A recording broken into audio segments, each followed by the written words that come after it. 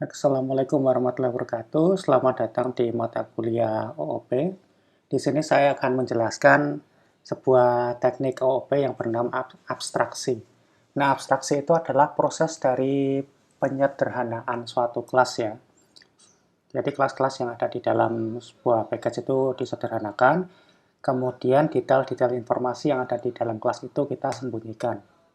Seperti itu. Detailnya kita sembunyikan untuk membatasi ya informasi-informasi apa sajakah yang bisa disajikan ke user seperti itu. Nah, proses penyembunyiannya di sini kita akan hubungkan dengan konsep inheritance di sini. Jadi di sini kita akan berbicara mengenai abstract class dan abstract method. Nah, sebelum masuk ke abstract class dan abstract method, di sini kita punya sebuah package bernama University. Di dalam package University di sini saya punya sementara punya 4 kelas di sini. Nah, yang pertama adalah kelas student. Kelas student ini mempunyai beberapa atribut ya di sini, beberapa atribut. Di sini saya punya name, kemudian nama atau name, kemudian address dan gender di sini. Dan kemudian ada GPA ya, IPK ya, yang bertipe data float seperti itu. Nah, kemudian di sini saya punya isi KRS ya, metode isi KRS void tidak mengembalikan nilai. Nah, ketika dieksekusi program akan mengeluarkan student has registered for KRS seperti itu. Kemudian ada sebuah metode lain bernama ambil KHS di sini. Student has taken a KHS. Di sini kan berarti sebuah metode void tidak mengembalikan nilai juga. Ketika dieksekusi dia akan menampilkan baris ini. Student has taken a KHS. Nah, kemudian yang selanjutnya saya punya void presensi, metode presensi, yang mana di sini isinya adalah student presence. Yang berarti ketika presensi ini dieksekusi, maka akan tampil student presence dan dia tidak mengembalikan nilai seperti itu. Nah, kemudian kelas yang kedua ada lecturer. Di sini berada di package yang sama yaitu university. Dan kemudian saya punya beberapa atribut yang sedikit berbeda. Di sini ada NIDN atau nomor induk dosen nasional, kemudian NIK atau nomor induk kepegawaian, kemudian name, address, gender, jabatan, dan gaji seperti ini. Nah, untuk gaji di sini kita menggunakan tipe data float, untuk atribut yang lain kita gunakan tipe data string seperti itu. Nah, kemudian di sini untuk lecturer kita punya 3 metode yang berbeda juga.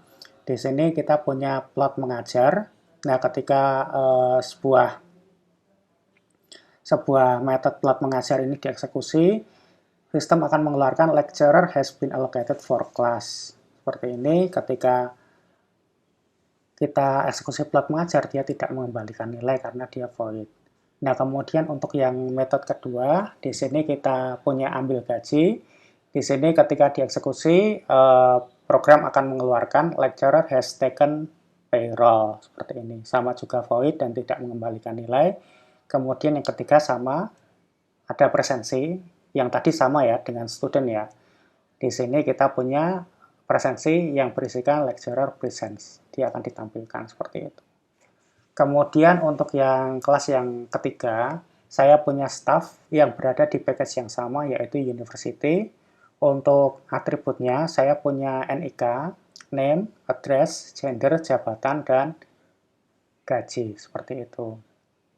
Nah, di sini untuk metodenya di sini sama dengan lecturer, di sini basicnya sama.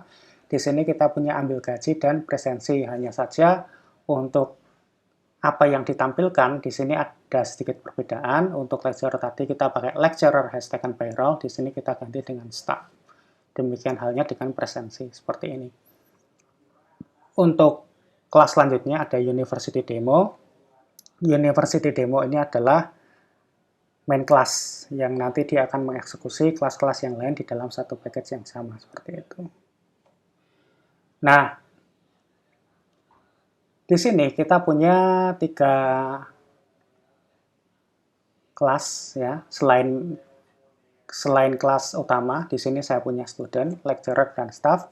Nah, di sini kita lihat bahwa di dalam sistem informasi akademik universitas, student, lecturer, dan staff itu mempunyai treatment atau perlakuan yang berbeda-beda. Karena aktivitas yang dilakukan oleh student, lecturer, dan staff itu pasti akan berbeda juga. Nah, seperti itu. Tetapi di sini bisa Anda lihat ya, bahwa untuk student, lecturer, dan staff di sini mempunyai beberapa atribut bahkan metode yang sama. Anda bisa lihat untuk student, lecturer, dan staff dia punya name, address, dan gender. Kemudian juga punya metode presensi. Sehingga hal seperti ini akan boros. Seperti itu. Akan wasting. Nah, karena di sini sama, di ketiga kelas ini sama, kita buat satu superkelas yang menampung atribut atau metode yang sama. Seperti itu. Di sini gunanya untuk menyederhanakan ya, apa yang ada di dalam kelas student, lecturer, dan staff. Jadi dia sebagai kelas superkelas yang menaungi atau superkelas yang memayungi ya, memayungi kelas-kelas yang ada di sini. Ya. Di sini saya mau bikin ya sebuah kelas baru, yaitu adalah member atau anggota. Member dari university. Yang berarti member itu adalah semua yang ada di universitas. Ya, semua aktor yang ada di universitas. Di sini saya membuat member. Seperti itu. Nah, member ini kita jadikan sebuah superkelas dari lecturer, staff, dan student. Berarti di sini kita hubungkan dengan menggunakan extend. Berarti public class student extend member. Demikian halnya dengan lecturer, berarti extend member. Kemudian untuk staff juga extend member. Nah, seperti ini.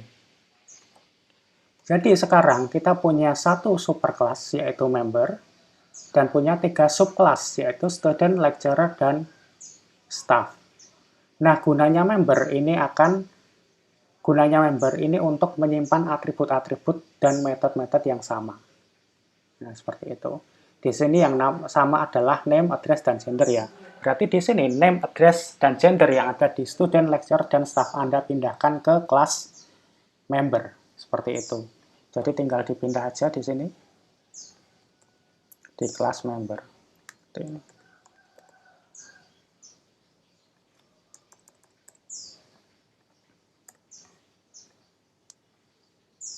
Jadi di sini tinggal name ya, berarti tinggal string name dan GPA. Seperti itu. Demikian halnya dengan lecturer. Di sini ada name, address, dan gender. Bisa Anda hapus di sini karena sudah dipindah tadi. Nah, sekarang kita punya untuk lecturer hanya punya NI, DN, NIK, dan jabatan. Untuk staff dia punya NIK dan jabatan seperti itu. Oke, kemudian untuk metodenya yang sama adalah presensi, bisa Anda pindahkan ya di sini. Di member ya. Di sini kita punya void presensi. Seperti itu. Berarti di sini untuk student presensinya dihapus.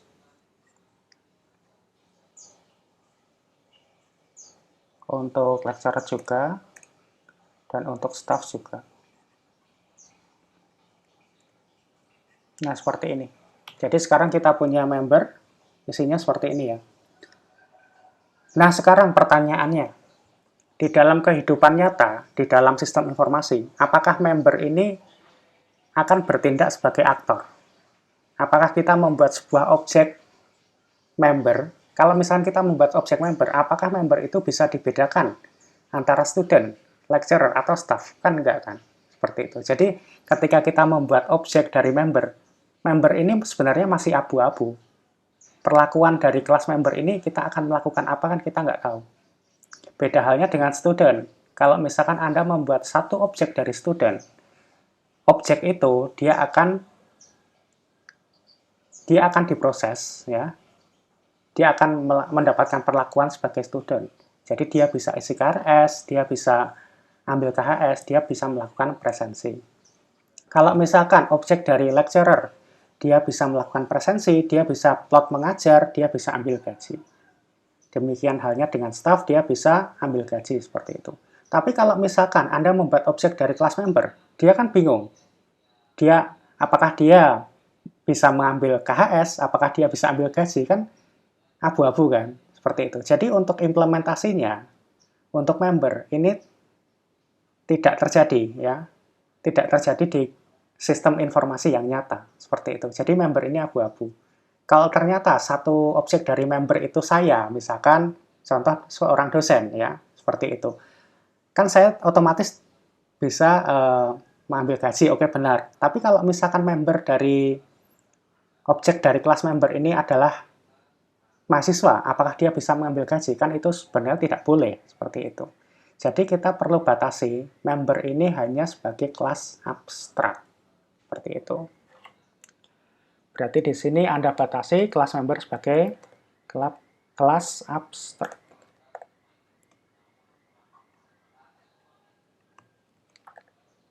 Nah, seperti ini. Jadi di sini kita punya member sebagai kelas abstrak. Kita batasin member sebagai kelas abstrak, seperti itu. Nah, apa itu kelas abstrak? Kelas abstrak itu adalah sebuah kelas yang tidak bisa dibuat objeknya. Seperti itu. Jadi kita batasin bahwa kita jangan sampai bisa membuat objek dari kelas member, karena itu akan menjadi abu-abu. Seperti itu. Jadi kan ketika Anda membuat objek dari kelas member, dia akan bingung mau ditaruh di mana. Tapi beda halnya kalau misalkan jelas student, dia akan diperlakukan sebagai student. Jadi seperti itu, ya. Jadi kita batasin member sebagai kelas abstrak. Nah, kelas abstrak ini dia hanya menampung, ya, menampung atribut dan metode-metode yang sama saja, seperti itu. Oke. Di sini saya buat kelas member sebagai kelas abstrak. Oke, untuk membuktikannya, misalkan Anda membuat sebuah objek dari kelas student. Student, kemudian S1, kemudian new student. Seperti ini. Dia bisa, ya. Anda save, kemudian Anda run, dia tidak akan bermasalah. Oke, sekarang kita member. M1. Kemudian new member. Seperti ini. Oke. Dia akan error. Seperti ini. Tidak bisa membuat objek dari kelas member, dia akan error seperti ini, ya. Sehingga untuk pembuatan objek dari kelas member itu tidak akan bisa dilakukan. Seperti itu. Oke. Nah, terus namanya apa kalau misalkan kelas yang selain abstrak? Nama kelas yang bukan abstrak itu adalah kelas konkret atau concrete class. Jadi concrete class itu adalah kelas biasa yang mana kita itu bisa membuat objek dari kelas tersebut, ya. Itu adalah kelas konkret. Konkret itu nyata, kalau abstrak itu tidak nyata, seperti itu. Oke, jadi jelas ya bedanya abstrak class dan concrete class. Jadi ketika kelas ini student, lecturer, dan Java, kita bisa membuat objek dari kelas-kelas tersebut. Tetapi untuk member, ya, kita tidak bisa membuat kelas dari kelas member karena kita memang batasi kalau member itu adalah kelas yang abstrak, supaya tidak abu-abu yang seperti yang saya jelaskan tadi. Seperti itu. Nah, selanjutnya kita masuk ke abstract method dan concrete method. Concrete method itu adalah sebuah method yang mempunyai body. Kalau abstract method, sebuah method yang tidak memiliki body dan wajib diimplementasikan, ya, wajib di-override di seluruh subclass-nya.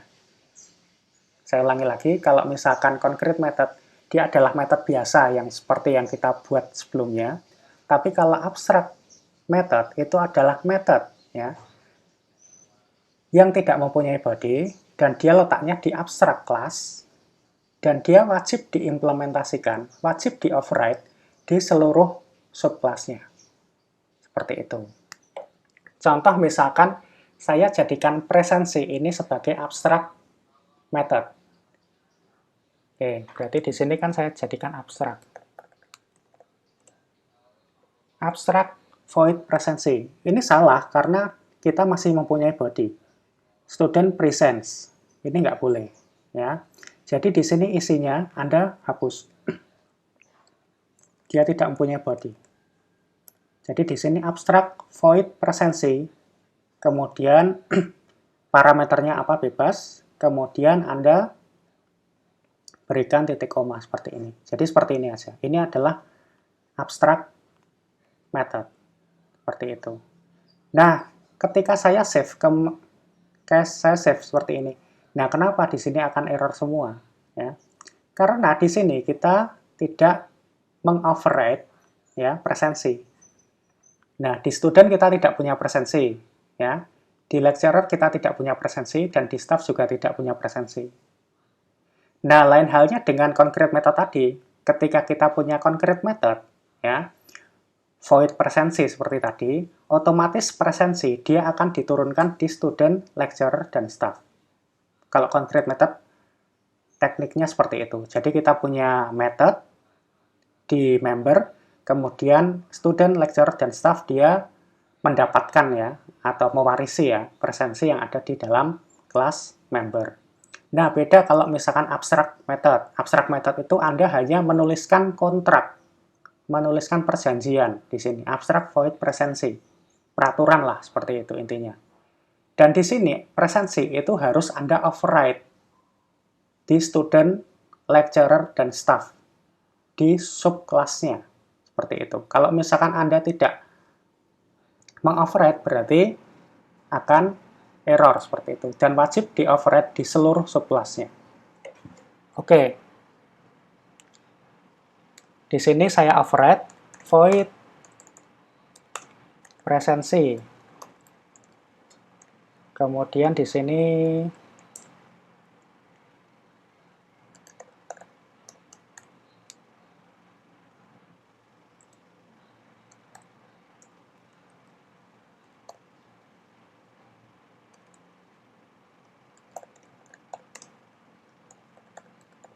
student present seperti itu. Kemudian untuk yang lecturer juga.